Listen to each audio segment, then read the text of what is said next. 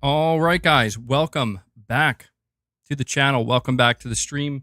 Welcome if you're new. Appreciate you guys joining me tonight.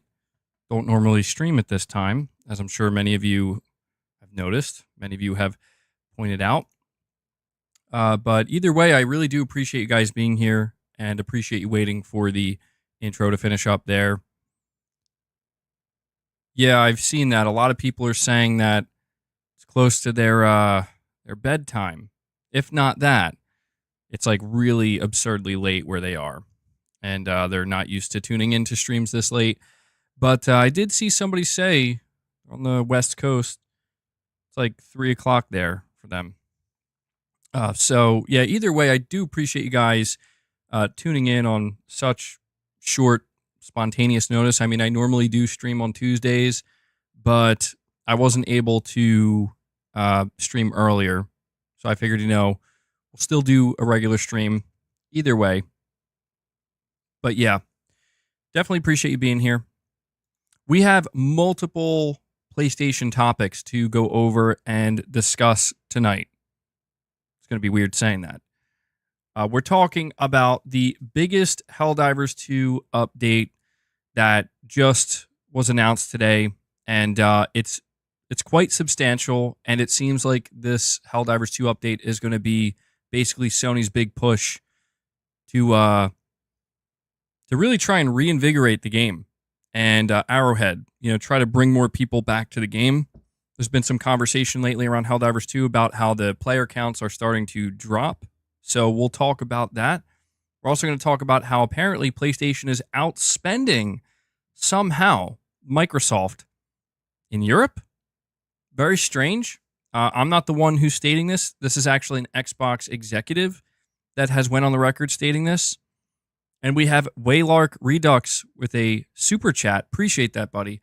Saying $1 billion Sony outspending $1 trillion company Microsoft across all of Europe. My mind is blown. Or do you mean in gaming? Title is confusing. Not in gaming. Yeah, Sony is definitely not outspending Microsoft in gaming. I would have tried to been a little bit more clear with the title, but I only have a limited amount of characters to work with.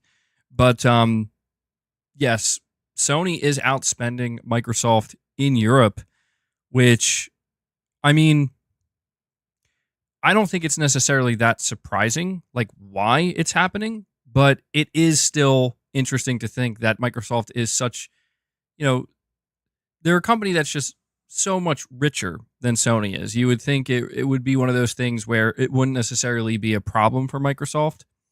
So we'll go over that. We'll talk about what's going on with that situation. We're also talking about a new PS5 update that just dropped today that added a couple of small features, but also,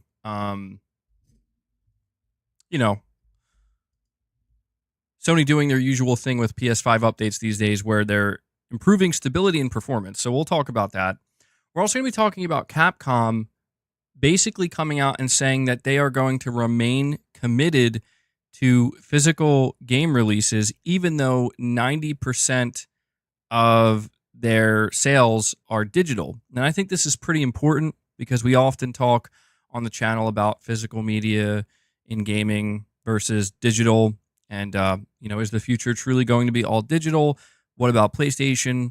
So we at least have one major publisher here that's very relevant on PlayStation, stating they're committed to it, even at 90% being digital. And we also have a topic regarding Lego Horizon Adventures. Not a major topic, but basically a little bit of a bonus topic here. So this is what we're going to be discussing over the course of this stream. And again, appreciate you guys kind of showing up at the last minute. Now, before we dive into any of these topics, I do want to first thank you guys for being here live. But if there are people who are going to watch the stream after the fact, I know that quite a few of you do. I want to make sure to give you guys a shout out as well. I know not everybody can catch the streams live, so I just want to make it known that I very much appreciate the viewership. I also want to ask you guys to please hit that like button. We're sitting at 45 likes. Let's see if we can bump that up to 50, maybe even get that up to 75 likes. Saying, wow, late stream. It's late here, but always supporting MBG. even if you are a little bit toxic sometimes. Well, I appreciate that. I appreciate that. Yeah, it can get a bit toxic in here at times, but hey, you know, I try my best. I try my best to kind of clean it up when I can. But yeah, hit that like button for me, guys. I would also want to let you know there are a couple of ways you can support the channel directly. As I have continued to say to you, and I will continue to do so as long as it remains true, this channel is purely fan-funded. We don't do sponsorships here. You guys are the reason I'm able to keep this channel running the way it is, and I'm very grateful for that. So you can consider becoming a channel member. You gain access to exclusive perks such as the Members Lounge, as well as exclusive gameplay streams. If you are already a member, or even if you're not a member, you can also gift memberships. A lot of people very much appreciate those gifted memberships, and it goes a long way in really helping the channel out and helping the community. And you can also consider donating a super chat like Waylark has done here. You can ask a question, give an opinion, make a statement, anything in between. It all helps tremendously. There's a fourth bonus way. There's a direct donation link pinned at the top of the chat. So if you want to donate there, you can also leave a message just like a super chat, but 100% of what you donate goes directly to the content creator. A lot of people have been kind of taking advantage of that lately and utilizing it. So just something to consider. So yeah, thank you guys so much for all of your support. We have an amazing community here, very generous community. Without your support, like I said, simply wouldn't be able to do this. So with that being said, though, wow, that's interesting. I just noticed Boss is actually at the top of the tower. Very interesting. He never goes up there, like ever. Certainly never like sleeps up there. So I don't know. Maybe he's all confused. Why is he not moving? Yeah, that's not actually Boss. That's a statue. But yeah, guys, we are going to dive into the first topic. Really quick, OK says, hope your evening is going well, MBG. Thank you. It is going well so far. Just finished up dinner. Actually had a steak for dinner, which was really good. Grilled steak, really delicious. So I'm nice and fueled for this later stream. But let's dive into the first topic, which talks about Helldivers 2. Now, before I go over the new information that pertains to this update, I want to acknowledge first and foremost that there have been some conversations going on about Helldivers 2 more recently about the player count.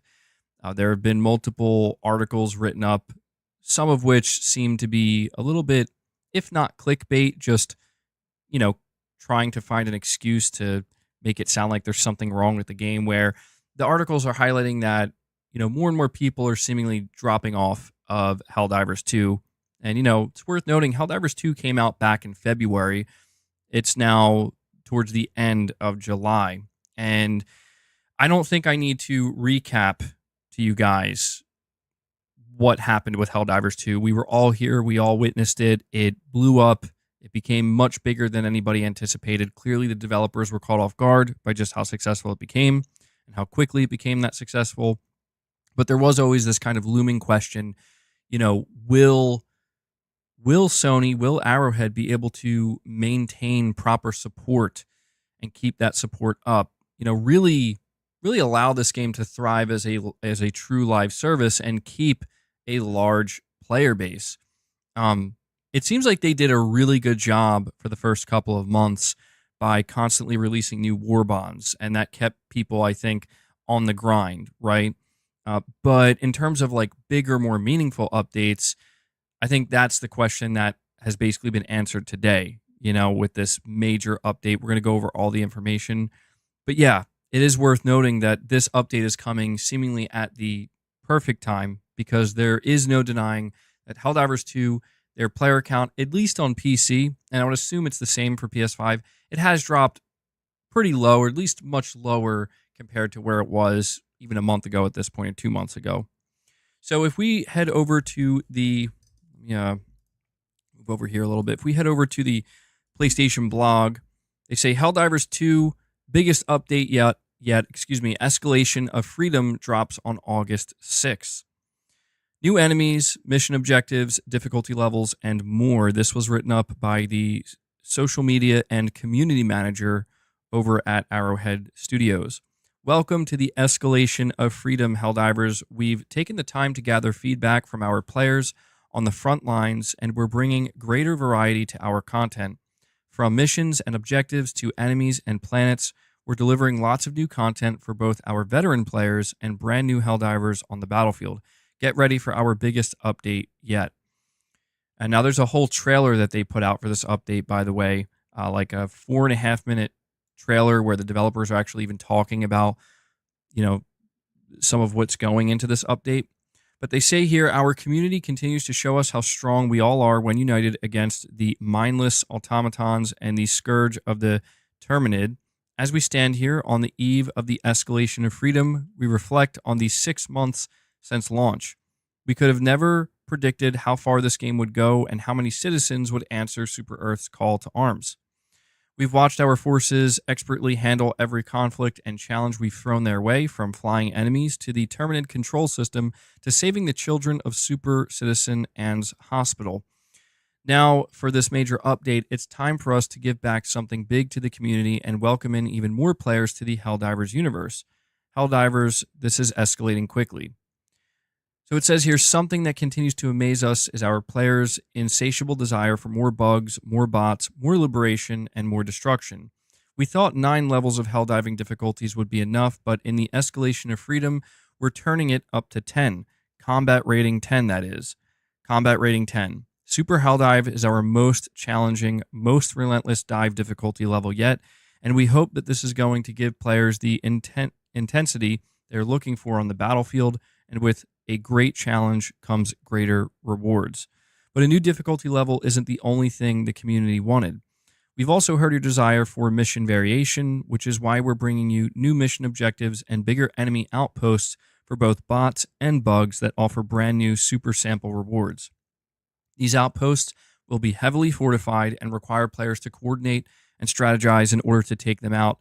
And if you're new to Helldivers 2, you don't have to worry about missing out on all the fun until you unlock Super Helldive, because many of our new mission objectives will be playable on other difficulty levels. Escalation of Freedom is unleashing some new threats to our liberty that will take some serious strategizing from the Helldivers to take down. Backed by popular demand, the Impaler. This big guy from the original Helldivers creates some new challenges. No longer can you run from the bugs when the Impaler is around. Big, imposing, and destructive, it demands to be dealt with. Also, new among the Terminid ranks is the Spore Charger. As if the regular old Charger wasn't scary enough, the Spore Charger is shrouded in fog to obscure its location until it's right up on you. And reminds me a bit of The Last of Us there. It says, lastly, the Terminid Alpha Commander, which is a supercharged brood commander that's bigger, meaner, and doesn't hesitate to call in other bugs for backup. Don't think we forgot about the automatons. Their ranks are growing too, with the addition of the formidable rocket tank, as well as some other bot surprises we'll be throwing your way. Explore the swamps, but not as you know them, with rolling fog and the untamed flora. The blackened trees obscure the light, and the air itself feels haunted. Keep your flashlight handy, as visibility is limited and light is key. The enemy could be hiding anywhere amongst the overgrowth. Under the hood. The last addition I want to highlight about the Escalation of Freedom update is that we're making changes to mitigate the problem of grief kicking in Helldivers 2. While it's our hope that players engage with the game in good faith and sportsmanship, we do recognize that some players are using the team kicking to grief others. To help improve this, we have implemented a system where if a player is kicked, they will spawn into a new session as the host with all of the team's loot from their previous session. All items can now be picked up by the player before extraction. The squad doing the kicking will see a message in the chat widget that a player has been kicked, yet their loot remains unchanged. With these changes, all players have the opportunity to leave with all loot collected on missions, with no one Helldiver losing out. We're committed to making changes that will improve the player experience and encourage healthy cooperative gameplay. Along with this, we're also releasing other quality of life upgrades with Escalation of Freedom, including major fixes to the social menu to make diving with your friends easier. Overall, we think this escalation is going to be packed full of awesome additions, long-awaited improvements, and ton of surprises to discover.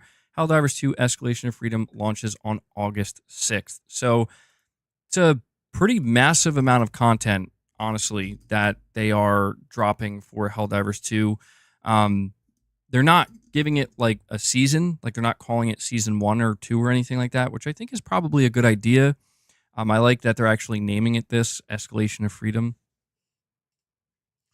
But yeah, in going over all of this new content that they're going to be bringing with Helldivers 2 in this latest update, I want to ask you guys, like, is this enough to bring you back to Helldivers 2? I think this is the big question because, well, I can only speak for me. I haven't played Helldivers 2 probably since April, probably mid-April or something like that. And I feel like I got everything out of it that I expected to get from it. I platinumed the game. I put about 65 hours into it.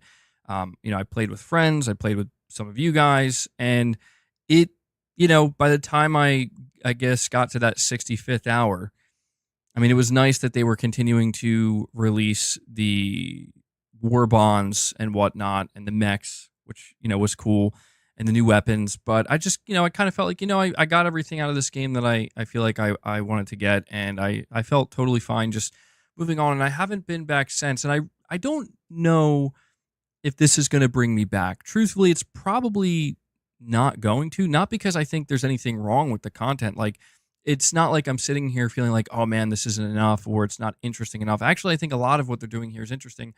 It's just one of those games where I feel like it's been so long since I played it. It hasn't really been that long, but it feels like it has been. Or I feel like I'm basically going to have to kind of relearn it again. And it's up in the air. I might go back and play it and give it a try. Maybe the day it drops, I could reinstall the game and check it out. Although I think I can safely say I will not attempt the new difficulty. The level 10 difficulty sounds absolutely insane because even with the level 9, the Helldive difficulty, like, that was insane. And it was almost like not fun. That's how difficult it was at times where I'm like, yeah, I'm going to have to lower this a little bit.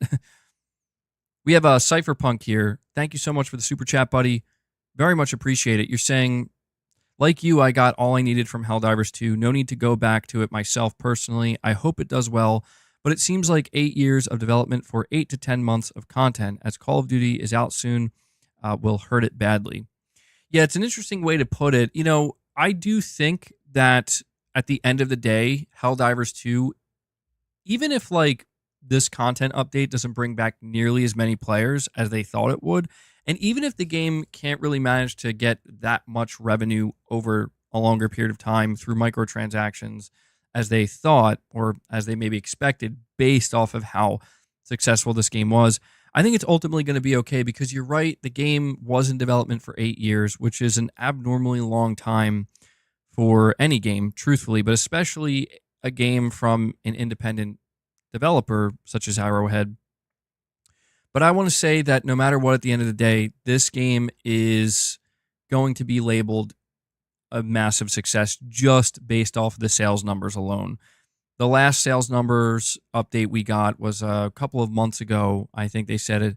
Sony revealed it sold 12 million units, which is more than Spider-Man 2, I think, which is crazy to think about. Of course, that's not at $70. That's at $40, which is a big difference there. But still, this game was probably projected at best to sell like 3 million units, and even then, that was probably the high watermark. So because of that, I think this game, no matter what, is okay. Like, even if the player base eventually does die out or it becomes very, very, very small, I don't think Arrowhead's going to be upset with that because I think that that's kind of what they always anticipated. I almost get the feeling with this update that maybe a little bit more went into it than it otherwise would have offered if the game had a much smaller player base. It didn't sell 12 million units. But I have to imagine that knowing that this game kind of exploded, knowing that there are so many people that have this game, like they bought it, they probably wanted to try to like really pump up this update as much as they could, add as much to it as they could. But yeah, I do wonder how many other people feel the same way I do. I mean, Cypherpunk, you're saying you feel the same way. where you just feel like you got everything out of it that you need. I can say that if I do go back and play it, I don't think it's going to become like my go-to game. If I do go back and play this update, it would probably be just to kind of test out the new stuff, play it for a couple of days, and then, kind of go about my business after that. Saying MBG, they said in the video, this is the first big update of many, and we don't even have the new faction yet. Yeah, that's another thing. You're right. They did mention that in the video, and it's clear that Arrowhead is going to be committed to this game for the long run, no matter what, because of those sales numbers, right? Like, no matter what, Arrowhead will always be able to say, look, we probably have anywhere between 12 and 15 million people who own this video game. We just need to give them a reason to come back. And this is the first of many. And I could see in like the next 12 to 18 months us getting updates that are substantially bigger than even this. Stuff that's really, just like, okay, now you're really trying to mold this thing and evolve it and give people like more than just one or two reasons to come back, but a whole myriad of reasons, right? Although you could say that that's what this is, but this still feels pretty tame compared to what you could imagine them doing in the long run. And we have OK coming in, dropping a single membership gift for you guys. OK, very much appreciate that, buddy. Thank you for getting us started today. Thank you. Appreciate it. Oh, did that come through? Let me know if that soundbite came through. My last stream, I think my soundbites were glitched out and they didn't work properly. It did work? Okay, good. I guess they're fixed now. Dale says, MBG doing streams while this Aussie is awake. Let's go. Yeah, it's a much later stream than normal.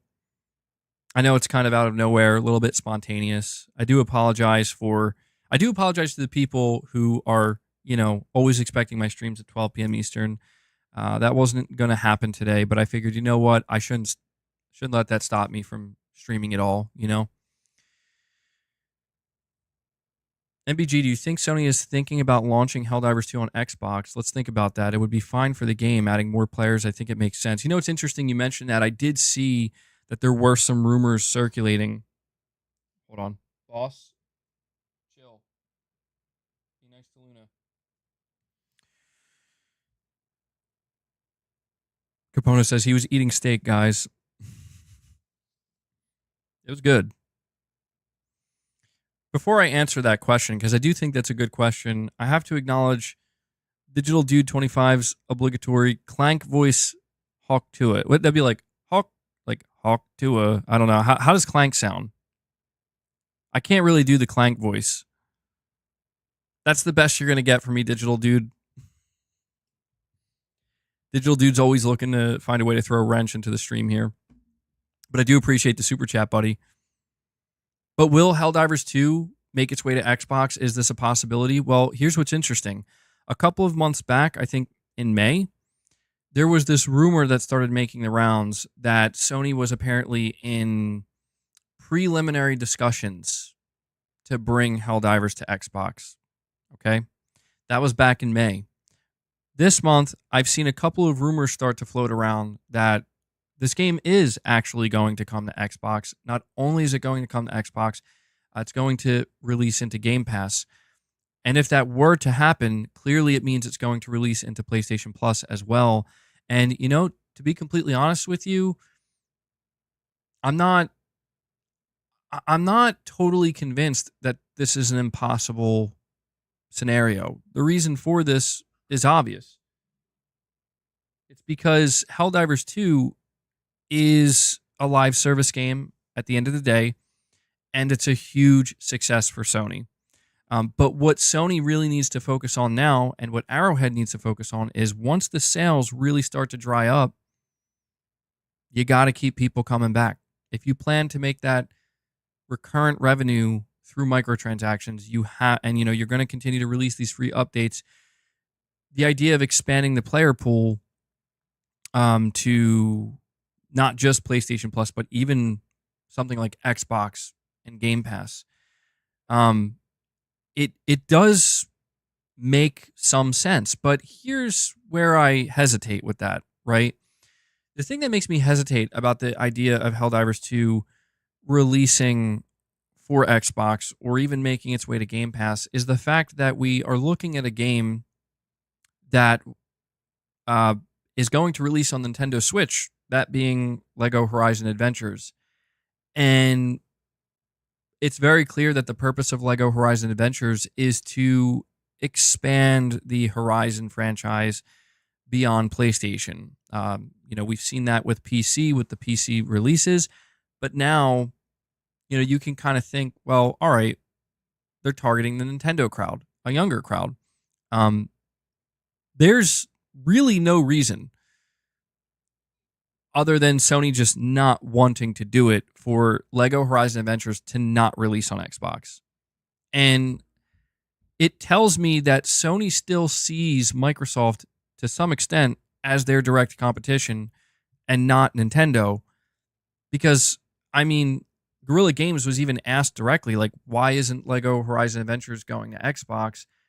And they gave like a basic non-answer of like, well, we're trying to push the limit of the PS5. And it's like, well, that's a weird answer. This game's coming out on Switch.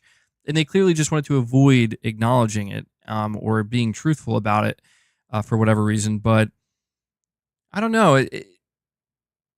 Could Sony just maybe see it as, well, maybe a game like Helldivers 2 makes much more sense to put onto Xbox compared to Lego Horizon Adventures? Maybe. I don't know. Here's what I will say. If this does happen, Sony stands to gain a lot. And I could see Sony being at this point where they're like, listen, we're at like, I don't know, let's just assume that Helldivers 2 is at like 13 or 14 million units sold now, right? If they announce we're going to put Helldivers 2 on Xbox, they're going to get at least a couple more million sales. And the reason for that is going to be because this is going to mark the first time a PlayStation game launches outside of MLB, of course. Like, a game that Sony is choosing themselves. We're going to release this on Xbox. It would easily sell a couple more million. But the whole idea of it going on the Game Pass is where it almost sounds like it's a little too extreme, Because if Sony was going to end up putting Helldivers 2 onto PlayStation Plus, they would only do it after the sales potential is maxed out and tapped out. If they were to bring Helldivers 2 to Xbox, the same logic would apply. We will release the game on Xbox first for $40, and after months and months go by, maybe like 6 months, and everybody who was going to buy it bought it, then sure, we'll throw it on there on Game Pass. So I think we have to be careful with what we're assuming with this, right? Again, I feel like the biggest. Hey, what are you doing, bro? Oh God, I wish you guys could see Boss right. He is. What are you doing? Come here. Get down. I have a mirror over here, off camera. Hold on, dude. There's no way. Get down. Get down. I have a mirror on the wall here that you guys can't see off camera, and there's like a little like stool next to it or under it. And he just climbed on it and he was just staring at himself in the mirror. And he kept looking like he was going to try to bite it. I'm like, what? It's truly bizarre behavior from this cat. I've never seen this. I don't know what's going on with him, but wow. Okay. Sorry about the distraction once again. Boss is crashing out. Yeah, something's going on, dude. We have Waylark with another super chat saying that would make Helldivers 2 Game Pass trash. Oh no, we can't see. Sony, don't do it. Don't do it. Yeah, gonna have to sell my copy of Helldivers 2 now. We also have Cypherpunk with another super chat. Very much appreciated, buddy. You're saying, I'd be so happy for the investors and CEOs if it sells a couple more million. I mean, it's it's one of these things where we have to consider the fact, Cypherpunk, that Helldivers 2 is the first truly successful live service game that Sony has released. I mean, we could count Destiny 2, but I think it's different, right? Like, Sony acquired Destiny 2 years after it carved out its own success, right? Helldivers 2 is the first game that Sony really, they funded the development for 8 years since day one, and they had no idea it would be this successful. All we did know, and all Sony also knew this, is that we want to try to find success in live service. So I guess when it comes to this whole idea of Helldivers 2 expanding beyond PlayStation 5 and PC, what I will say is just keep an open mind and expect anything, because we've never seen how Sony operates with a successful live service. It's worth noting Lego Horizon Adventures is not a live service game. So as much as I want to say Lego Horizon Adventures not releasing on Xbox is all the proof we need to let us know that it's not going to happen for a game like Helldivers, on the flip side of that, Bungie is a live service studio. Bungie's next game is confirmed to be releasing on Xbox. MLB The Show is already on Xbox. These are two successful live service games that Sony does own. MLB The Show also releases into Game Pass. And granted, we can look at MLB The Show and say, well, Sony, that's not up to Sony. That's not Sony's decision. The MLB twisted their arm and made that happen. Sure. What about Bungie? Oh, well, Bungie made that happen too. Bungie only agreed to be acquired if they're allowed to continue to release on Xbox. This is true as well. But at that point, a studio like Arrowhead, might have to pose the question to Sony, like, Mr. Sony, how come MLB The Show is allowed to be on Game Pass and Xbox, and Bungie's games are, but what about our game? Our game's successful too. Shouldn't we be allowed to be over there as well? And if you're Sony, you might just think, okay, well, how much money can I make from this? It's like, well, and that's the thing too. If Sony were to put Helldivers 2 on Xbox, it would shock everybody, of course. Who knows what Twitter would be like that day? Well, I think we know what Twitter would be like that day. If Sony were to do this, though, it's not like that also means, well, I guess this means we got to put Ghost of Tsushima 2 on Xbox. And I guess we got to put Death Stranding 2 on Xbox. No. I mean, of course, it changes the conversation, right? Because when we look at Xbox bringing games like Sea of Thieves and, Hi-Fi Rush, for a lot of people, it becomes, oh, well, okay, this is the beginning, and eventually all of your games are going to come over. And yeah, you can see the logic behind that. But if Sony does it, do we say the same thing? Well, some people are not. Some people will, though. But I think the reality is, when you look at these platform holders these days, it's very clear that they're just picking and choosing. When it comes to these platform holders and money and success and sales and growth, it's a matter of, where can I have my cake and eat it too? And I think as long as you're looking at it through that lens, you'll have a better idea of maybe not necessarily what to expect, but you'll have more of an open mind and be willing to expect deviations that you otherwise in the past maybe would have said, oh yeah, that's not going to happen. Fred, you're saying, MBG, you have to do the line correctly. If Helldivers 2 goes to Xbox, I will sell my PS5 and turn around and say it's only one game. I will sell my PS5. But, it is only one game. Fred's going to keep me honest here. But yeah, we're going down the rabbit hole. Back to the actual update and what this update means for Helldivers 2. It's going to be very interesting to pay attention to the player count, right? I'm going to be checking to see if Helldivers 2 makes its way back to the top 10 most played games on PlayStation 5.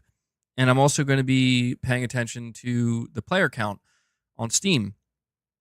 When this update drops, because I think that there seems to be, based off of what we're seeing right now, there seems to be quite a bit of interest in this. So, like, if I go to YouTube and I check the wow, look, wow, okay, yeah, that's crazy. Way more interest than I thought. Helldivers 2 Escalation of Freedom announcement trailer, 4 minutes and 23 seconds, 1.1 million views in 9 hours. In 9 hours. Safe to say, there is a lot of interest in this update. That's actually a lot more views than I expected. It seems like this August 6th update has the potential to really, you know, jumpstart this game again and get it back in, like, you know, as one of the most played games potentially. 36K players now on PC. You're saying 15K on PS5. Where are you getting the PlayStation 5 numbers from? 15K on PS5? Yeah, I'm gonna have to probably reinstall it to try it out. Oh, you know what else I'm wondering? As somebody who platinumed this game, I'm wondering if there's going to be more trophies added. I pray that there isn't. There's nothing more annoying than when you go on your profile and you go to check your trophies and you see that just solid 100% the platinum next to it. But every time there's trophies added for DLC, it messes up the overall percentage, and you have to get all of those DLC trophies to get it back to a solid 100 across the board. Because you know if they do add trophies for this, you know they're going to add one for the level 10 difficulty, which I really don't want to deal with that. But the update is just big enough that I'm thinking they could end up adding more trophies. Maybe Sony would have asked them to. I mean, let's be honest. Sony knows that sometimes trophies being added is just enough to push some people over the edge. Saying MBG in game it says 36K and on Steam it says 21K or online. Oh, okay. Interesting. Yeah, I didn't think about that. 21. Wow. Okay, so that's pretty close then. 21K on PC, 15K on PlayStation. 15K players on PlayStation still pretty good, man. So that it's hanging in there on PlayStation 5 as well. Yeah, I think this update's going to do big things. I do. I'm feeling pretty optimistic about it. I think that Sony and Arrowhead, they know what they're doing here, especially Arrowhead. One of the things that I found interesting about this write-up on the PlayStation blog is how they basically outline the fact that this update and a lot of what's in it is specifically the result of community feedback. So a lot of the things that are coming are things that the community requested. And I think that's another really good sign, because in order for a live service game to be successful in the long run, they do have to listen to their community. And the fact that they're laying it out there right now that, listen, most of what's in here is from direct feedback from you guys. Also, I want to say, if you look at this write-up on the PlayStation blog, or if you watch the video, they show this new planet, and they basically said how they're trying to make it kind of creepy and spooky and scary. Looks really cool. I will actually say that out of everything that they added here, that has appealed to me the most. This idea of dropping on a planet that actually seems kind of freaky and is creeping me out a bit. I really like that.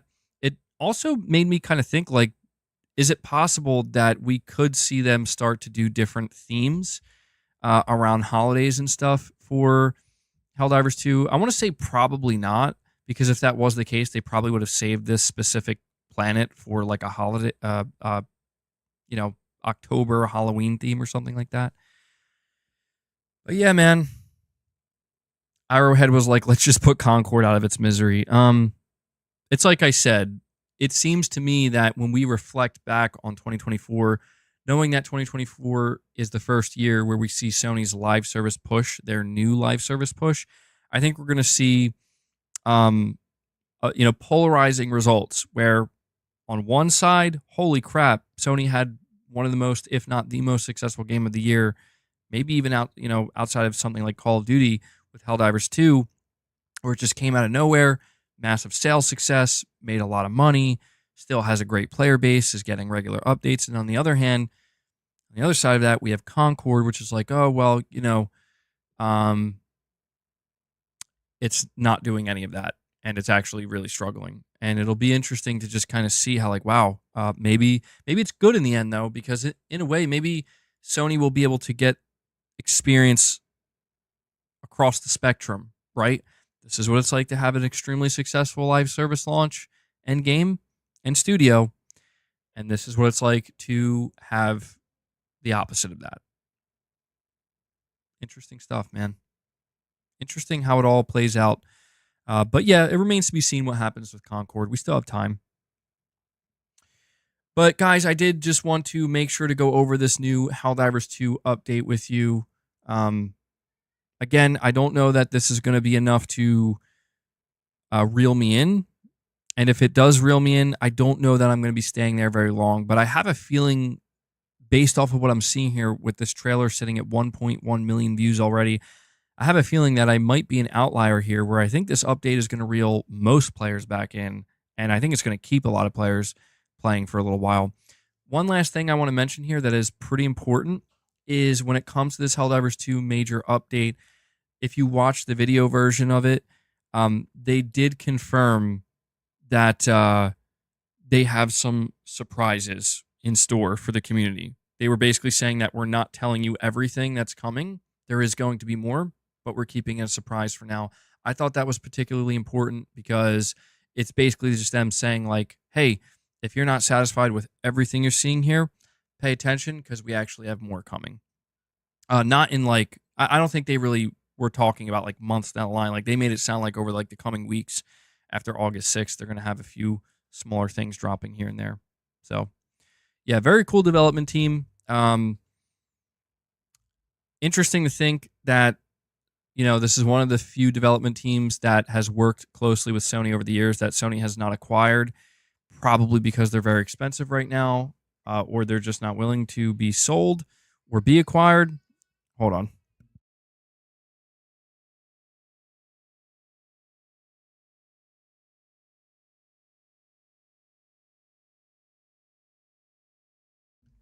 Boss is being bad.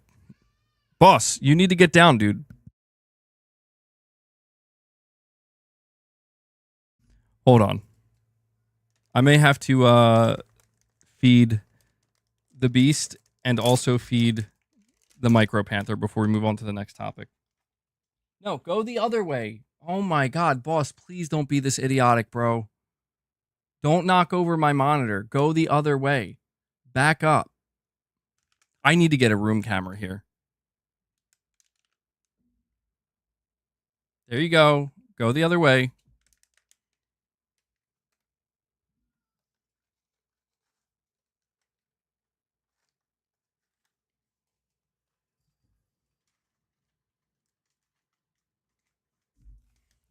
These cats, man. All right, we are going to move on to the next topic, though. Before we do, guys, do me a favor. Hit that like button. We're sitting at 98 likes. Let's see if we can get up to 125 likes. It definitely helps the streams more than you know. Chaos mode activated, absolutely. Leia's here too. Guys, we have all three cats here right now. Luna's down below. Boss is here, stuffing his face. And then Leia was underneath the desk, just basically looking at me like, what's going on over here?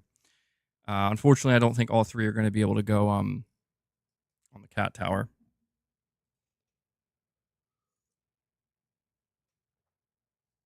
The whole gang's here. Read him and Weep says, shift up just teased photo mode and a new outfit. Yeah, they did say they were going to keep updating Stellar Blade.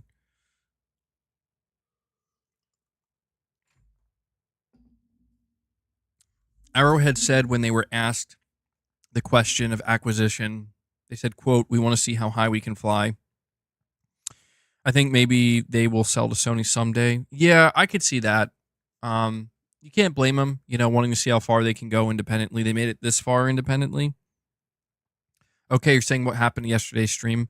Actually, yeah, people were bringing this up, and I didn't become aware of it until I saw my chat, because I didn't check anything on my channel since I ended that stream. Nothing, particular happened to it, I just noticed that I accidentally filed it under unlisted. So I'll put it out publicly for people to watch. It was, I don't know how that even happened, but the stream was like an hour and a half long. It was a pretty short stream, and we just covered a couple of topics. But yeah, I didn't even know that was the case. So that was actually a mistake on my part. I'm gonna have to be a little bit more careful when I'm messing around with the settings here. So I'll have to put that back up. But apologies for that. Yeah, that was like the first time that ever happened.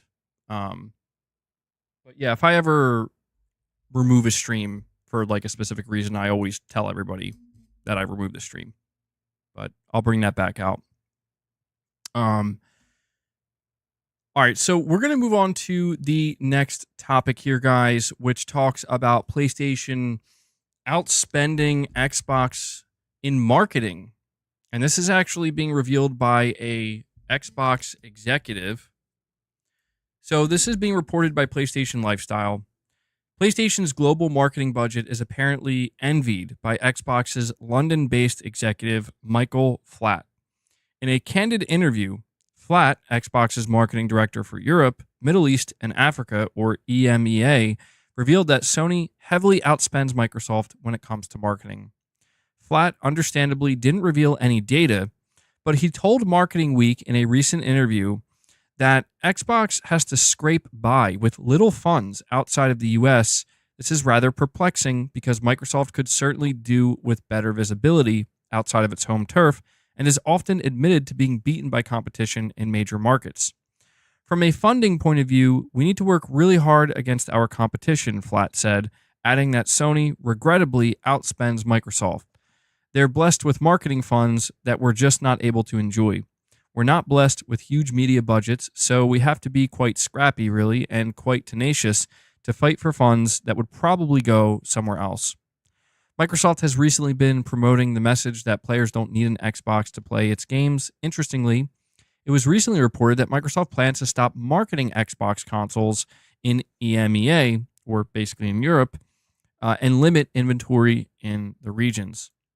So I saw this making the rounds, and this is definitely a strange situation when you look at it, I think, from a zoomed out perspective. Because again, you're looking at Microsoft, which is a multi-trillion-dollar corporation, and you look at Sony, which is a multi-billion-dollar corporation. They're both very rich, but one is substantially richer than the other. However, there is something very important between them that they share in common, and that is that they are both businesses. And therefore, regardless of how much money one may have, how much more money one may have over the other, they still are going to operate as a business. And so, oh yeah, I just saw. And so because of this, you know, if you look at what PlayStation has done to Xbox in Europe, to put it bluntly, Sony has destroyed Xbox in Europe. Sony has completely outsold them. And they put Xbox in a position where if I'm Microsoft, I kind of can't blame them, right? Like, I could understand where it's like, we could dump all of this money into marketing the crap out of Xbox, out of Microsoft, in Europe. But will it make a difference? I mean, will it really make a tangible difference? Probably not. Although, here's where things get a little bit strange, in my opinion. Not too strange, just a little bit. One of the things that kind of stands out to me with this information, because again, this is coming from the Xbox executive that is in charge of marketing Xbox in these regions. He's basically complaining that they're not really giving us anything to work with here. Sony gives the marketing budget for PlayStation in Europe, I mean, way more than what we get, right? This is just really strange when you think that one of the major complaints, not complaints, but one of the major talking points that Microsoft continually brought up during its bid to acquire Activision Blizzard was how poorly they're doing in Europe. Everybody remembers the famous pie chart that the president of Microsoft brought out on stage where it looked like Pac-Man. It was all blue and it looked like it was eating Xbox, and it was like 90% PlayStation, 10% Xbox. And I feel like things like that, at the time it's like, oh, okay, I guess, yeah, that makes sense. That makes sense, right? I mean, you're getting destroyed in Europe, so if you were to get Activision Blizzard, it would maybe help you do better in Europe and carve out more of that pie chart for yourself. But it's really strange, when a year later you hear the head of Xbox marketing in Europe come out and basically complain like, yeah, Microsoft isn't giving us any money to do much of anything. Like nowhere near as much as Sony gets. And so it's like one of these weird situations where it's like, wait, hold on, Microsoft, you didn't mention that part. You didn't mention the part that you barely spend any money in marketing your product in Europe. But you have no problem strolling out and revealing this chart that makes it seem like it is true that the competition is destroying you. So you see what I'm saying? There's a little bit of disingenuousness that I think hovers around this whole situation where, from Microsoft's perspective, it makes sense. If you're Microsoft, hey, what can we leverage to help us acquire Activision Blizzard? Let's leverage the fact that Sony's beating the crap out of us in Europe. Let's just not mention the fact that we're not really trying to market our product in Europe. Let's just kind of hide that or just not draw attention to it. Meanwhile, you have the Xbox executive himself a year later drawing direct attention to it. And so it does look a little bit strange where it's like, well, Microsoft, you have no problem spending billions upon billions upon billions of dollars on acquisitions. Why not spend a little bit more to actually try to push your product and market your product throughout all of Europe and other regions? If Sony can afford it, certainly you can. And so it almost sounds to me like the reason why this isn't going to happen, exactly, it's because the other sectors underneath Microsoft are simply more important to them, and I just don't think they believe in it. I don't think that they see a point in really trying to dump all of this money for a massive marketing push to get minimal results. So, like, from a business perspective, I can understand it. I can understand Microsoft's side very easily. But this whole idea here, and this is, to me, what kind of catches my eye a little bit more. This new report that basically claims that Microsoft is essentially going to completely stop marketing Xbox consoles, specifically Xbox consoles, not the brand, but consoles in the region, in Europe and across other territories.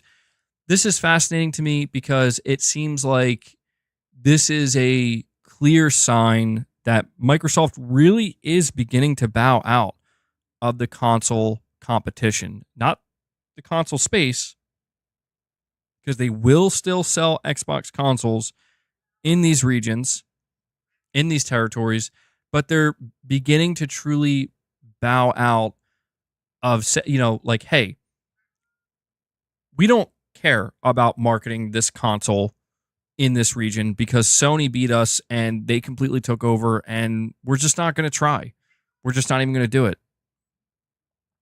I think that's interesting because we've been speculating for some time, that this was something maybe Microsoft was considering. This is a direction that they might go in. And the speculation really ramped up earlier this year when we heard that they were thinking about bringing some of their games over to PlayStation. And now we're seemingly slowly starting to get some confirmation of this stuff. But again, none of it is too surprising. You're saying they market their controllers more than the console. Yeah, we're seeing a pretty significant shift, I would say. saying, hey, they're not giving up on the console. I mean, they have come out and said their next gen console will be the most advanced console they ever made. You're right. They're not giving up on the console itself. They're going to make more consoles. But it does seem like in certain territories where PlayStation has really outpaced them, it seems like in these certain territories, they really have just gotten to a point where it's like, okay, we're done here. You know, like we're not even going to bother. It'll be there for the few that are interested in it, but outside of that, we're going to focus on pushing Game Pass. We're going to focus on pushing the controller with the Amazon Fire Stick. You know, we're going to focus on our services. We're going to focus on this other stuff. And when you look at the PlayStation side of it, you can understand why Sony decides, you know what, we are going to put significant marketing funds into, you know, pushing PlayStation in Europe and these other territories. And it has worked well for Sony. That's the thing. Sony is putting more money into it, but they are justified in doing so because it's actually working. They are selling a lot of consoles in these regions and in these territories, and they are beating their competition. So if you're Sony, you can easily justify putting that amount of, funding into marketing in these territories. Did I see the Deadpool controller? I did, yeah. Absolutely ridiculous, man. And they released one for Wolverine as well. I saw them. Yeah, pretty funny. Pretty clever marketing. The marketing for Deadpool and Wolverine has been spot on, and it was pretty funny to see that. That's a rare Xbox W. I just got to go let lay out.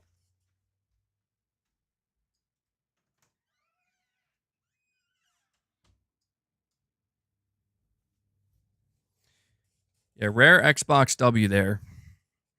But yeah, apparently it was like magnetic. I can't wait to see Deadpool and Wolverine. I'm extremely excited for it.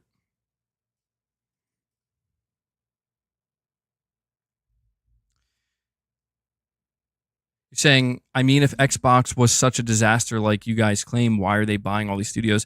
I don't think Xbox as a brand is a disaster. I think, as I've said before, and I mean it. I was about to say I think, but objectively speaking, it seems pretty clear cut. It's not that Xbox as a brand is a disaster. It's that the Xbox console, the Xbox brand that began as a console platform, that has been a bit of a disaster since the Xbox One launched. It's never fully recovered, and it's only seemingly gotten worse. So in that area, it has been. As a brand, though, I mean, they seem poised to, make certain waves if they play their cards right, as long as they don't mess anything up. They did buy all these studios. They did make all these acquisitions. And so really the difference is PlayStation is the epitome of they are trying to have their cake and eat it too. To whereas Microsoft has given up the cake, so to speak. In this case, the cake represents the console. And we are just going to focus on eating, generally speaking. It's okay if it's not cake, but we're going to eat. And I think that's basically the difference is Sony still very much cares about the console. They still very much care about selling consoles. They care about the hardware. They care about having not a fully closed ecosystem, but closed enough to where we can bring people in and keep them there and make sure they're spending their money on the PlayStation Store, make sure they're subscribing to our services, the whole 9 yards, all while we're still trying to grow the brand by, yes, we are going to expand the PC. Yes, we are going to eventually expand PlayStation Plus. Yes, we are going to expand horizontally, but we're going to expand horizontally while still prioritizing hardware and the console. Microsoft is in the other, they're on the other side essentially, where they're like, we're going to expand horizontally, but we are not prioritizing the console. The hardware doesn't really mean much. It'll play a role within the Xbox brand, yes, but it's not going to be, what we rely on. And if it doesn't do that well, doesn't matter. We're focused on Game Pass. We're focused on cloud. We're focused on being everywhere. We're focused on our apps, They're focused on all that, and they kind of have to be because of how much money they spent on it. So I've always told people that, like, Sony will never give up prioritizing the console as long as the console continues to sell well. As long as Sony continues to have console generations that is, where they are selling 100 plus million units, it will always remain the priority. If the day comes where, where the PlayStation 7 only manages throughout its lifetime to sell like 40 million units, then you're going to see a complete shift. Sony will still make consoles, they'll still sell them, but you're going to see them really prioritize something else. I just think Xbox got there first. Xbox got there first, where they couldn't keep up in the console space, and so they basically had no choice but to find other ways. And that's why I think when we look at what's going on in Europe, it's basically indicative of that, right? We're seeing that, oh, okay, well, our consoles aren't really selling that well or at all in these regions, so let's just stop. Let's just focus on Game Pass. Let's just focus on the controllers and Fire Sticks, and just, getting people into Xbox without actually having a console or caring about it. So, it remains to be seen what the next generation of Xbox console looks like. But again, on the PlayStation side of things, Sony can justify turning to their European division or their division that markets in all these different territories and saying, we can give you a lot more money because we're doing really well. Let's keep that up. Let's make sure this brand and this console and this platform is still being pushed aggressively in these regions and is still remaining as relevant as possible, because, hey, it's working and we're seeing the numbers to back that up. So, I assume that this is something that Microsoft is not necessarily happy to hear. Like, I don't think Microsoft is happy to hear this executive kind of complain about something like this to Marketing Week. Because it produces these not so great headlines for them. And we know that Microsoft is all about having the positive headlines. So I wouldn't be surprised if next week or a couple of weeks from now we find out that Microsoft is actually pumping up their marketing budget in Europe. I don't know. Maybe that would be too reactionary. They are a business at the end of the day, so they're not just going to make moves that don't make any business sense. But a lot of you guys were asking me to kind of cover this and give my thoughts on it and talk about it. And, truthfully, there's not really much else to extract from this. It just simply comes down to, of course, Microsoft can absolutely afford to outspend Sony in marketing in Europe and these other regions. They absolutely could. They could plaster Xbox everywhere. But will that yield positive results? Will that make people choose Xbox over PlayStation? Probably not. No. And even if it did move the needle a little bit, it certainly wouldn't be anywhere near enough to justify that level of financial investment into that type of marketing. So, not necessarily a surprise, I guess. But guys, that is the second topic done, finished. We are going to move to the third topic here. And before we do, again, hit that like button. You guys are doing fantastic. We are actually almost at 125 likes. Let's see if we can keep that going. It definitely helps the streams. The next topic talks about a PS5 update. Sony has released the latest PS5 system software update, version 24.05-09.60.00. Introduces the ability to invite other players to game sessions by sharing a URL. Players can now also use voice command to open game help action cards by saying, quote, show game help. I see that, hold on. Okay. My lighting, I forgot to turn my light on. Not a big deal. Just be kind of a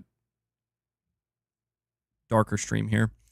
Sony said it's also improved system software performance and stability, as well as the messages and usability on some screens. It's updated the device software of some DualSense controllers to improve stability as well. And so there is the full patch notes here, which I will read to you. It says you can invite other players to game sessions by sharing a URL to the session. To invite other players, open the game session action card and select Share Link. Then scan the QR code with your mobile device to share the link. This feature is available only for open sessions that anyone can join. This feature will gradually be rolled out to all players by July 24th. Voice Command now supports the ability to open Game Help action cards by saying Show Game Help. Currently, Voice Command Preview is available only in English for players with accounts for PlayStation Network in the US and the UK.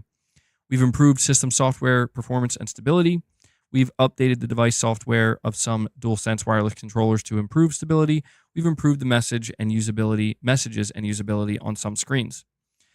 So it says the previous PS5 system update was released in June. It introduced the ability to start or join a Discord voice chat directly from the console rather than having to use PC or mobile apps. So it seems like Sony is doing a pretty good job overall at keeping these updates rolling out on seemingly like I don't know if they're like doing like a monthly basis.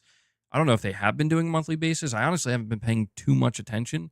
I just know that this isn't the biggest update in the world, but it is interesting. It is interesting to think that you can now invite people to your multiplayer sessions with a URL. Can't say that was a feature I expected, but a pretty cool one nonetheless.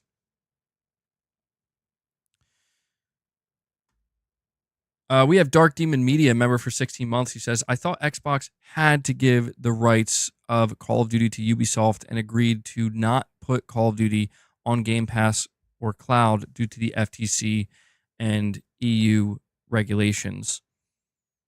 I think that was just for cloud. And as of right now, if I'm not mistaken, I don't know, actually. That's a good one. We'll have to see. I don't know. I'm trying not to, like, honestly, it doesn't really matter to me at this point because I don't know, man. The deal is done. You know what I'm saying? The deal's done. Call of Duty's hitting Game Pass. If this deal were to be unwound and undone, it would have to be because Microsoft broke some kind of rule, something that could allow that to happen. But I don't think that they would do, just drop Call of Duty into cloud. I don't know if it's just for certain regions. Maybe that's just for the UK. It could just be for the UK. I'm not entirely sure.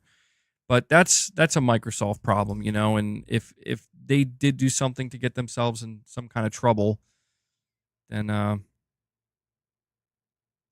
saying it was for cloud. Microsoft did it for the CMA.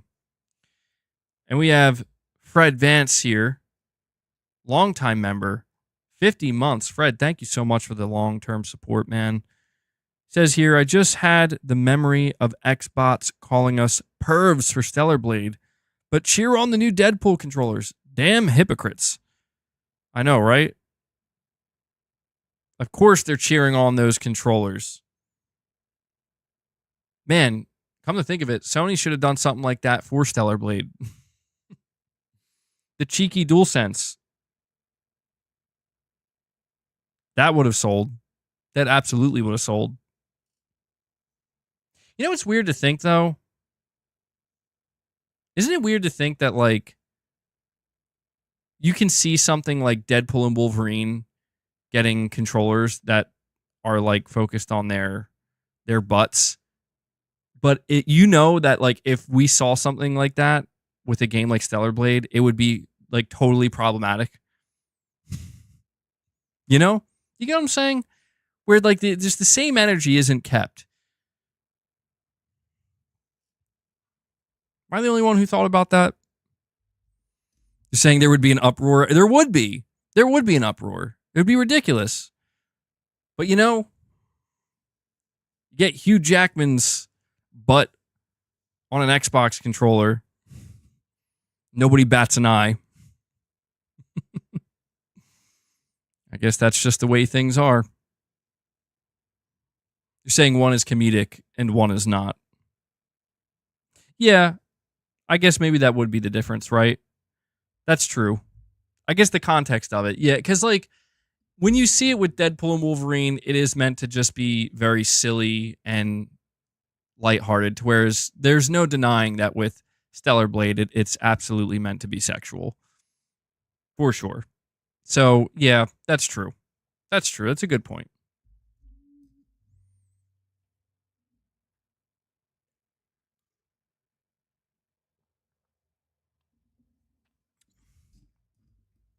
But, Fred, yes, thank you for reminding me of that. All right. So, again, very quick topic here talking about the PlayStation 5 update. Nothing major. Just basically wanted to inform you guys that there is a new PS5 system software update. And the major feature here is that you can now share your multiplayer sessions through a URL.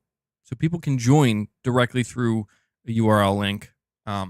Again, not something I was necessarily expecting. I know that Sony announced this a little while back. But there we are. But we are going to move on to the next topic here, which is an interesting one. This is coming from Push Square. They say Capcom has no plans to abandon physical game releases, the company clarified during its latest shareholder meeting. The topic has been spotlighted recently, with the publisher deciding to launch Kunitsugami Path of the Goddess exclusively through digital storefronts. But if you're an enthusiast of physical media, it sounds like Capcom's got your back long term. Quote, given that a significant number of end users demand physical games, we do not expect to eliminate physical products, end quote. This is the company's official stance on the matter. Significant may be something of a stretch, however. As per the publisher's own figures, an eye-watering 93% of its overall sales come from digital, which help explain why it decided to not bother with boxed copies for the aforementioned Kunitsugami. Still, things like the collector's editions means that the publishers can make a lot of money from more dedicated fans. We suppose it'd be a bit reckless to simply disregard physical interest, even when digital sales are so incredibly far ahead. So this is I think something that's worth paying attention to if you are a person who likes to collect physical media in gaming, because Capcom is seemingly the first major publisher. Look, somebody can correct me if I'm wrong here. I don't have all the data in front of me, but is there, I don't think there is a publisher that has a digital to physical ratio higher than Capcom. Is there? 93%. That is incredibly high. 93% of all of Capcom's game sales are digital. Only 7%. 7% in the single digits are physical. Now, maybe there is another publisher that has an even higher ratio, but if so, somebody please let me know. But that sounds ridiculously high to me. Like, that number is so high, 93%, that you could almost see Capcom come out and say, yeah, we're not going to do physical versions of games anymore. We're just not going to do it because only 7% of people buy our games physically. But they're not doing that. They're coming out and they're saying, no, we're still going to be doing physical games. But it is interesting that they're doing this after they're kind of being questioned for, like, you didn't do a physical version of this game. So it's like, it's one of these situations where they're saying they're still going to do physical games, but they seem like they're going to be picking and choosing which games are going to be worth releasing physical versions of. And I don't know. I do wonder, like, what number would we have to see for Capcom to be like, yeah, we're just going to go digital only? When was the last time you double dipped on a physical game? Come on, bro. You're one and done kind of guy. Jakey Stee. Carl G singing Let's Get Physical.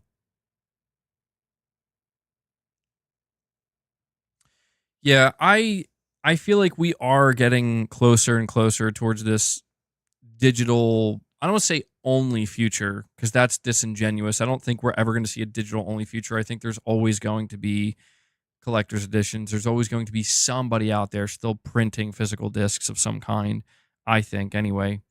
Even if it's just for the collector's market. But I think we are really starting to see these numbers get to a point where it's like, man, 93%. 93%? Yeah, I could kind of understand why a publisher might think, do we really have to release a physical version? Do we really? They probably base it off of how big the game actually is, you know? I mean, the Dead Rising Deluxe remaster that's coming out, even that's getting a physical release, but later on. So it's coming out digitally first.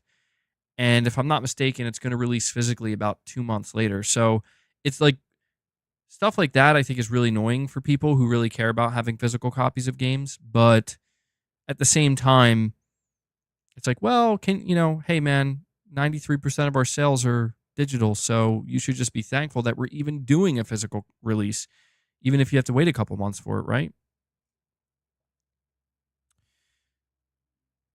You're saying Dead Rising is delayed. They delayed that release to gauge the amount needed. Interesting. Yeah, that's another way they could go about it too. Basically just make the amount that they have to. Irvin, you're saying you went full digital since The Last of Us Part 2? Bosca says, recently bought Lies of P physically, doing my part. Well, there you go. Lies of P, great game. Great game.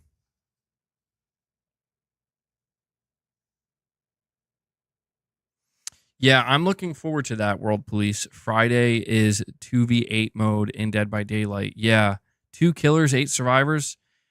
Did they say they're like reworking the maps for that, by the way? Because I was thinking about that. I'm like, how is that going to work on the current maps? Did they did they make some custom maps that are much bigger? But that's going to be super interesting.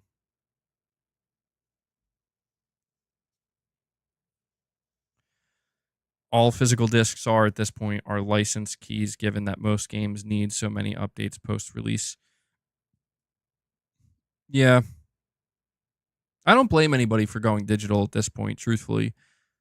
I don't. It's hard to blame anybody, you know? Like, you look at the way things are now, and yeah, I get it. I totally get it. We have Disco Cobra 2013 with a $10 super chat. Thank you for that, buddy. You're saying it's similar to the vinyl market. At one point, it was dead. Now had a resurgence, likely based on nostalgia and the idea that owning something tangible is good. I don't think physical will ever go away. Yeah, that's kind of what I'm thinking too, Disco Cobra, because it is interesting to think that vinyl is incredibly popular today. You know, I mean, cassettes obviously went away, and CDs, while they still exist, basically went away.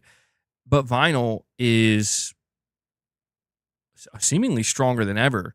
And this is during the time when everybody's got Spotify on their phone or some kind of music app service, right? And it does make me wonder if gaming's going to kind of go through something similar where, yeah, like a certain period of time will go by where most people, almost all people, are buying games digitally, but then there's just this kind of slow resurgence and demand. It's like we want disc drives and we want to collect physical discs of games. I don't know, man. It's I think that the vinyl market has proven that this can happen. Like in music, it's been proven this can happen. And like you're saying, it could be a combination of nostalgia, but also the idea of owning something tangible.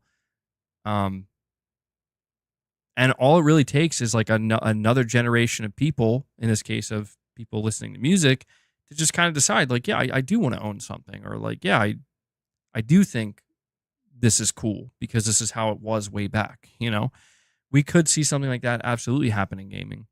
Maybe instead of discs, though, it'll be cartridge based. I don't know. You'll either own nothing or own NFTs. The digital horrorscape awaits. Man, that does sound pretty terrible. You'll either own nothing or NFTs.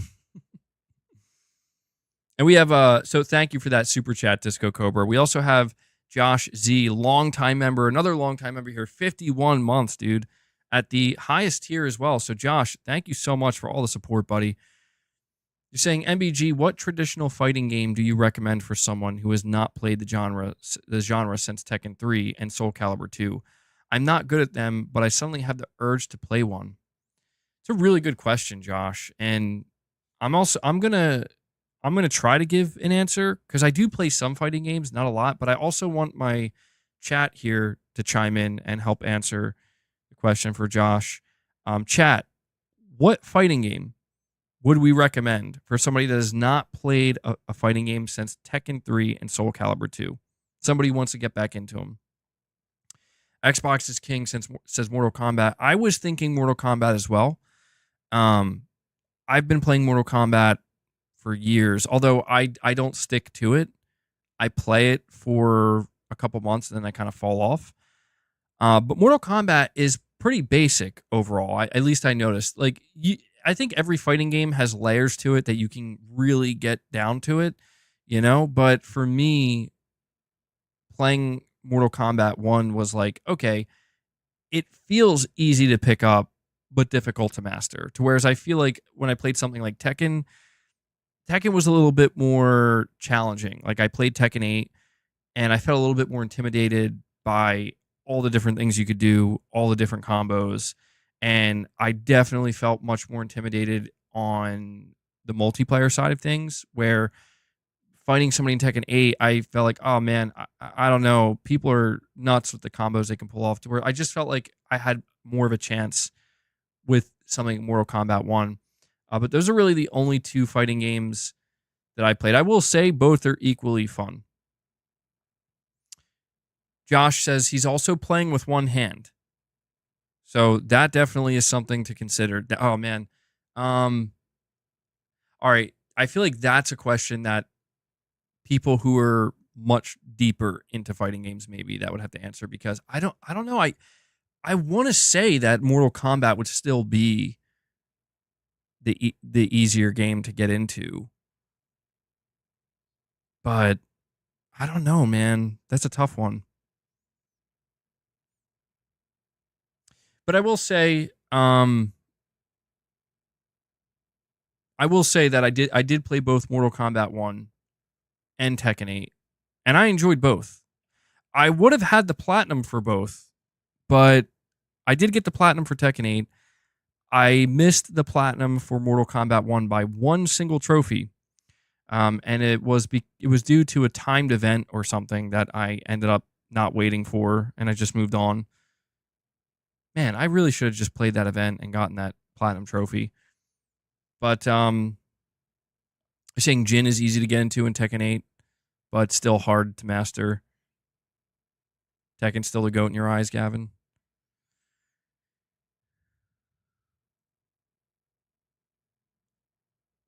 Xbox is king says, honestly, if you're on Xbox, there are a bunch of fighting games on there already. Why not just subscribe and try out some games?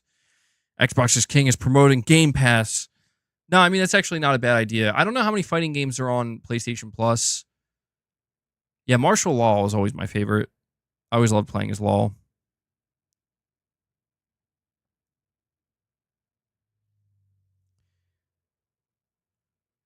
Killer Instinct. Yeah, I've never played Killer Instinct.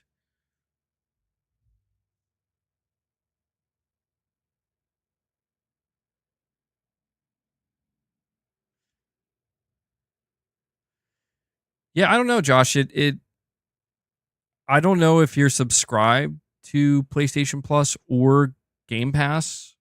If you're not, I mean, I guess you'd really have to see what's in there and decide if it would be worth the money to subscribe to it. But for me, I don't know. You see, you said you played Tekken 3, so I feel like more inclined to recommend Tekken 8 just because of that, because of the nostalgia factor there. You do have PS Plus. Do you have PS Plus Extra? Because if you have PS Plus Extra, I imagine there has to be a fighting game in there, right? At least one.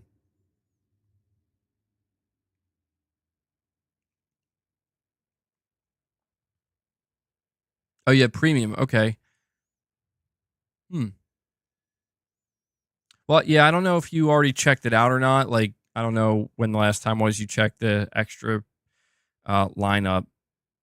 I feel like I don't think Mortal Kombat 1 or Tekken 8 are in there though. So if you're talking about like playing one of the newer fighting games, yeah, you probably still would have to buy it at that point. Well, I'm going to say just think about how much you enjoyed Tekken 3 because I mean Tekken 8 is obviously, you know, it's much more advanced now than Tekken 3 was, but if you enjoyed Tekken 3 back in the day, I would say you probably won't go wrong going with Tekken 8 because even if it's like hard to master, there's still fun to be had. Like I'm not very good at fighting games. I'm like really not that good at them, and I was still able to platinum it, and I had a lot of fun with it. Um, so yeah, I'd probably say go with Tekken 8 at this point since you played Tekken 3, but Mortal Kombat's fun as well. I feel like you can't go wrong either way. But really make sure that you decide you go with your gut on this one. So if it turns out poorly, please don't blame me.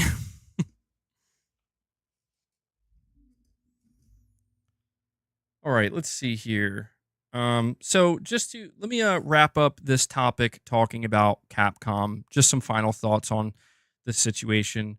I'm glad to hear Capcom come out and publicly state that they're still going to support physical media and they're still going to produce physical games because they could. I mean, they honestly have almost every right at this point at 93% digital to come out and say the opposite and be like, we're going to wind it down, we're going to pull it back, we're going to pump the brakes, or it's going to be on a case by case basis. But they're still saying, like, hey, yeah, we still see it as important. We're still going to support it. Makes me hope that, gives me a little bit of hope, I should say, that more publishers and platform holders will continue to do this as well.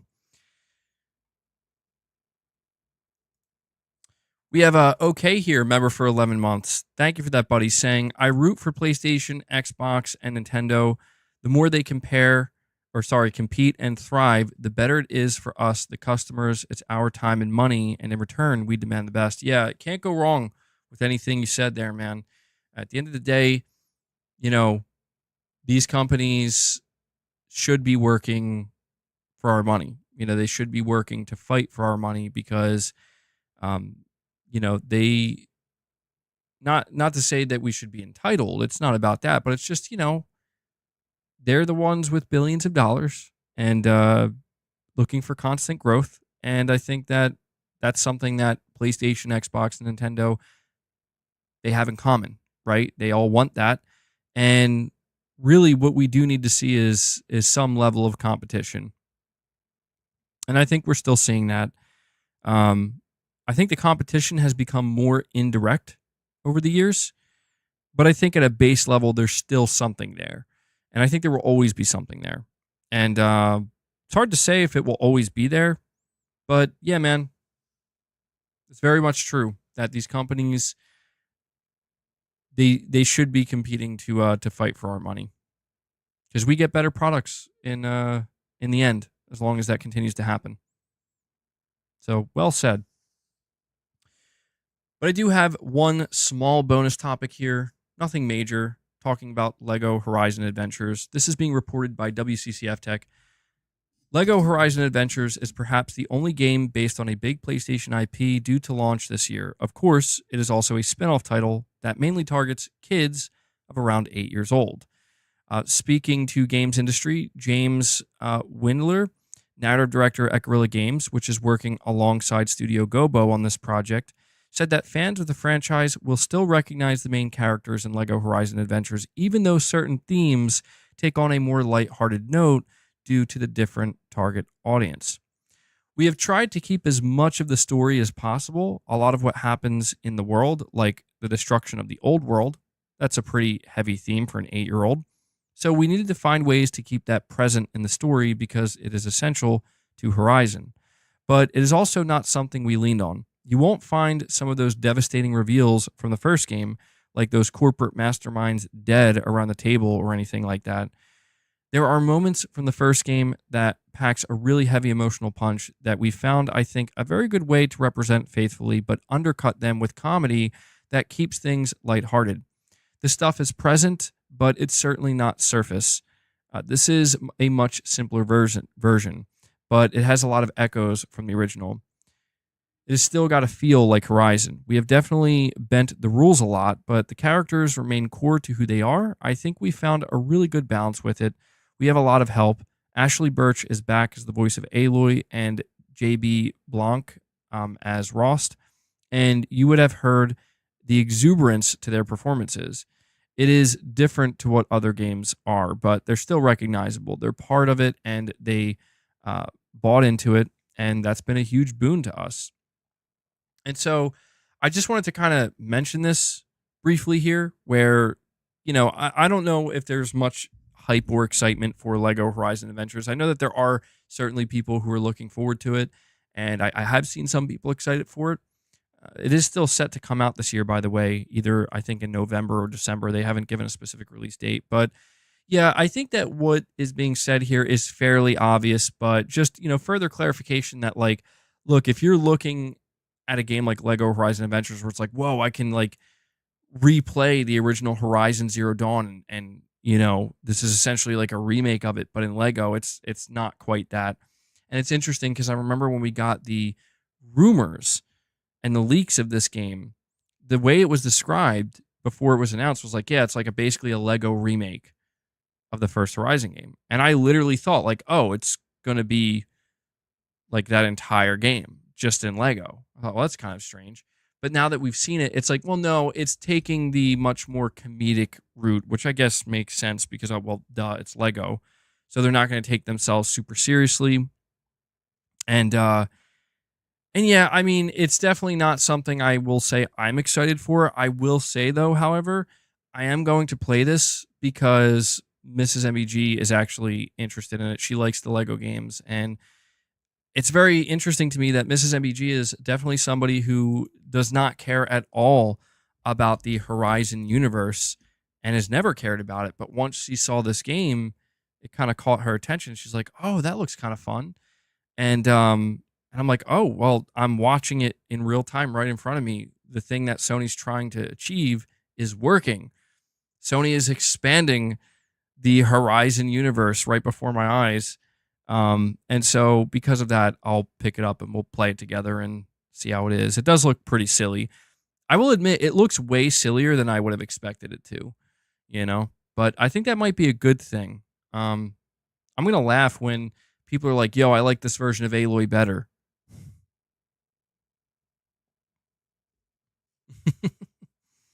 Adama the Dragoon. All right, we'll see. We'll see. But that was pretty much the only other bonus topic I had for you today. We got through all the topics relatively quickly here today because there's not a whole lot going on right now, man. It really is the dog days of summer. The things you do for love. Yeah, no, it'll be pretty fun. Anytime I played a game with Mrs. MBG, I've had fun. One of the games we played together quite frequently, I actually did get the platinum for it, was Overcooked 1 and 2. That was really fun. We played the crap out of those games, and these days we play Dead by Daylight together, very frequently, and we even played Call of Duty Zombies together. We play quite a bit together, so it's nice. It's quite nice. You're saying weird, bro. You'll play that, but you won't play the with Xbox. I guess you're saying I won't play what Xbox is releasing this year. Dude, I'll be honest with you. I don't even remember what Xbox has coming out this year. I know that they still have some. What else does Xbox have coming out this year? I'm not even being facetious. I haven't been paying much attention.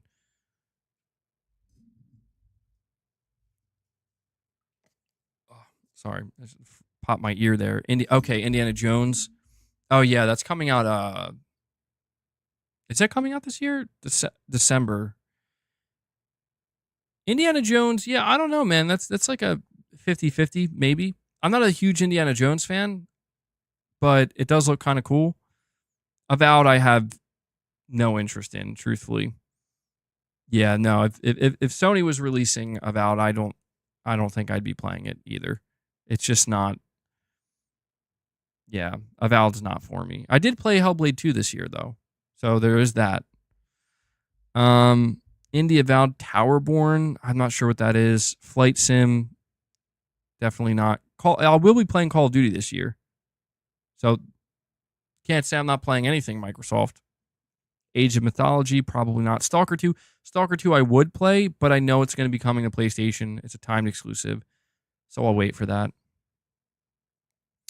Okay, you're saying, I tried a bit of Flintlock on Game Pass as I enjoyed Ashen and was surprised how fun and good the gameplay is. One of those games that gets lost in the DEI stink, but is actually a good game. Interesting.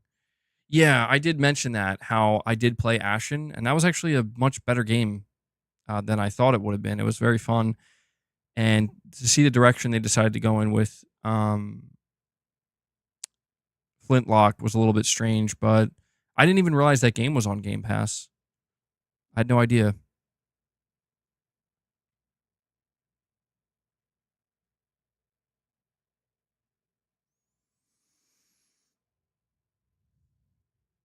Well,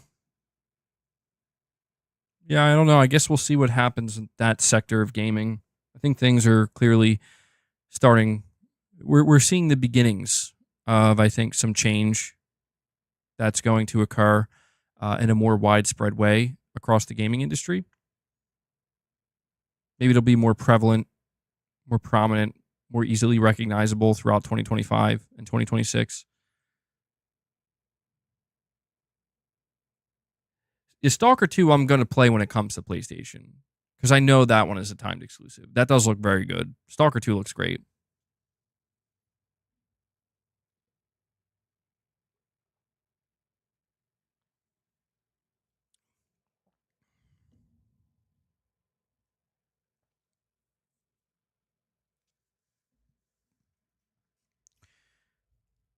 So I guess let me see where we're at. So we're at the hour and 42-minute mark. I'll go for a little bit longer. I'll just hang out the chat for a little bit. Again, I know it was a bit of an awkward stream, the timing of it. There are quite a few different things. Did I have dinner? I did, yeah. A couple of things making the stream a bit awkward, the timing of it. Not a whole lot going on, but I felt like, I still had to make sure to get a stream out there.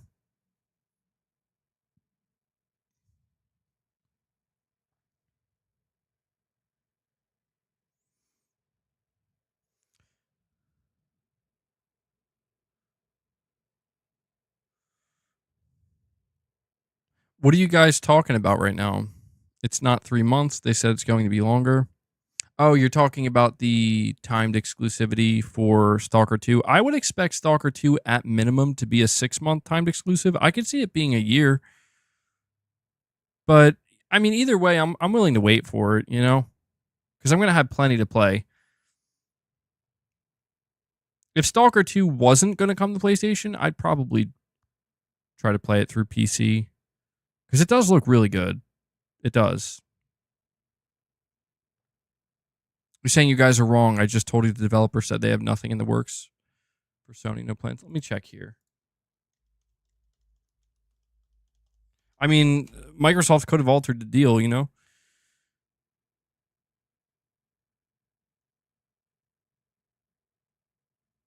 Um, 2 months ago, Stalker 2 is coming to PS5. This is evidence that Stalker 2 is actually a temporary exclusive for 3 months, and because it is not logical that part of the game will be released.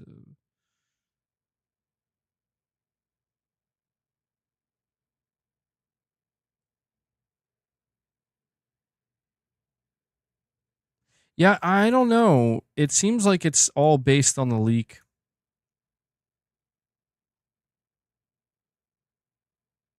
I guess we'll see. Right now, I'm just going to operate under the assumption that it will eventually come to PS5. If it doesn't, eventually I'll get around to playing it then.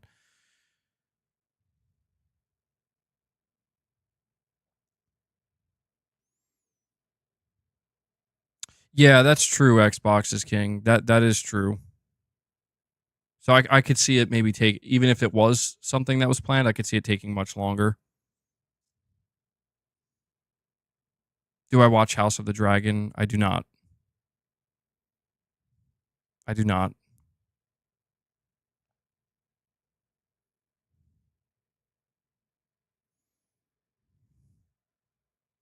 All right, guys, this is where I'm going to wrap up the stream. I'll end it at the hour and 45-minute mark. Appreciate you guys tuning in. Again, awkward timing, I know, but still got a stream out and done for you guys nonetheless. And I'm sure some people are going to watch it later on. Some people probably not even aware that I did a stream. But I want to make sure I thank everybody for showing up and tuning in. I also want to make sure I thank everybody who dropped a super chat or a membership. Thank you guys so much for all of your support. Couldn't do it without you. Also want to make sure I give a big shout out and thank you to Devil Shooter for doing the timestamps. If you see him in the comments, show him some love. I know he appreciates it. And yeah, that's going to do it for tonight's stream. So I will catch you guys in the next proper stream, probably happening on Thursday, regular time. So with that being said, until next time, guys, take care.